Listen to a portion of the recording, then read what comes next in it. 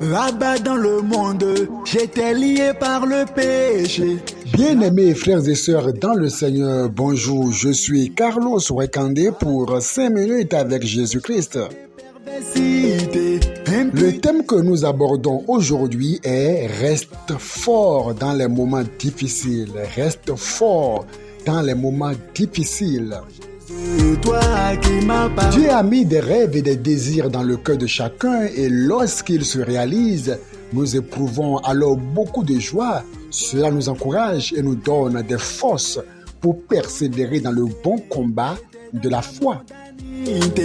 Mais il peut arriver dans votre vie que vous passiez par des déserts. Oui, Dieu ne vous conduit pas toujours sur des chemins faciles. C'est pourquoi nous sommes en train de parler de rester fort lorsque les moments difficiles surgissent. Oh mon Jésus, oh mon Jésus. Deutéronome chapitre 8 verset 2. Souviens-toi de tout le chemin que l'Éternel ton Dieu t'a fait prendre ces 40 années dans le désert afin de t'humilier et de te prouver pour savoir quelles étaient les dispositions de ton cœur et si tu garderais ou non ses commandements. Remarquez bien que c'est Dieu qui a conduit Israël dans le désert. De la même manière, chacun de nous, avant d'atteindre sa terre promise, doit passer par le désert. Notre Dieu n'envoie pas les tempêtes ni les maladies. Il autorise plutôt certains événements dans notre vie afin de nous tester pour savoir si nous pouvons rester fidèles et fermes dans la foi. Il attend que nous le prouvions par notre attitude, notre fidélité malgré les difficultés. C'est le cas par exemple de Job. Oh mon Jésus, toi qui m'as dit. Vous savez, c'est au cours des épreuves que nous grandissons et que nous apprenons à devenir des hommes et des femmes spirituellement mûrs, des hommes et des femmes qui vivent toujours plus par la foi. Tout le monde peut rester calme et joyeux quand tout va bien, mais lorsqu'une épreuve se dresse devant nous, qu'une lutte s'engage, quel va être alors notre comportement? Comment allons-nous réagir face à la difficulté, face au sentiment de tourner en rond? Ces épreuves sont pour nous des tests et donc des opportunités pour prouver à Dieu à quel point nous sommes prêts à passer à un niveau supérieur et à quel point nous l'aimons.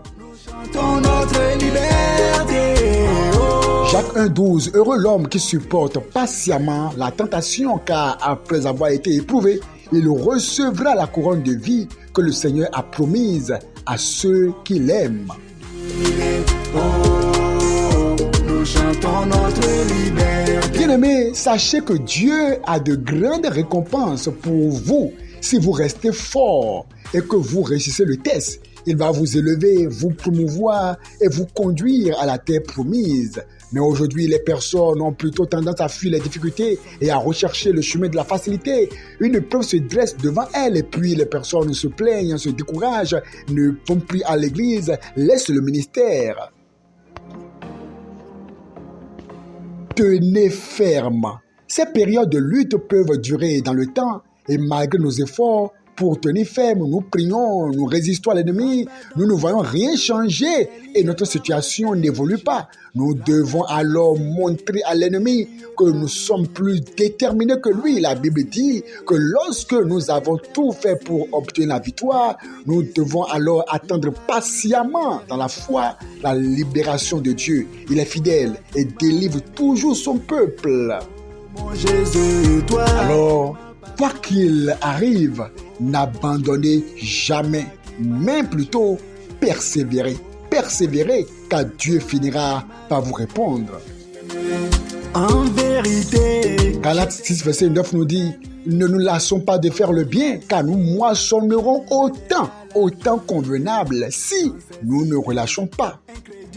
Bien-aimés, vous traversez un désert. Quel désert traversez-vous? Sachez que le temps viendra. Ne laissez pas l'ennemi vous convaincre d'abandonner Dieu, d'abandonner l'œuvre de Dieu. Dieu a promis de ne jamais nous laisser traverser des situations qui sont au-delà de nos forces. S'il y a une situation que tu traverses, comprends que Dieu sait que tu es assez fort pour supporter cela. Il n'y a rien que vous ne pouvez surmonter. Vous avez la victoire dans le nom de Jésus. Tenez ferme, car la puissance de Dieu est en vous.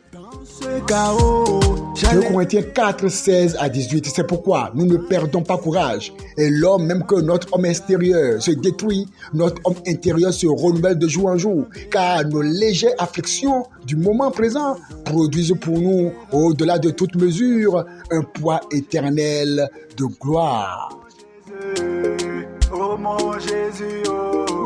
Continuez à obéir à Dieu lorsqu'il y a des maladies qui persistent, des difficultés, un semblant de retard dans le mariage pour une guérison, des difficultés par-ci par-là. Tenez ferme, continuez à obéir à Dieu, à plaire à Dieu, à prier et surtout continuez à servir le Seigneur, car Dieu vous visitera au temps convenable. Arrêtez de vous comparer aux autres. Que le Seigneur vous bénisse.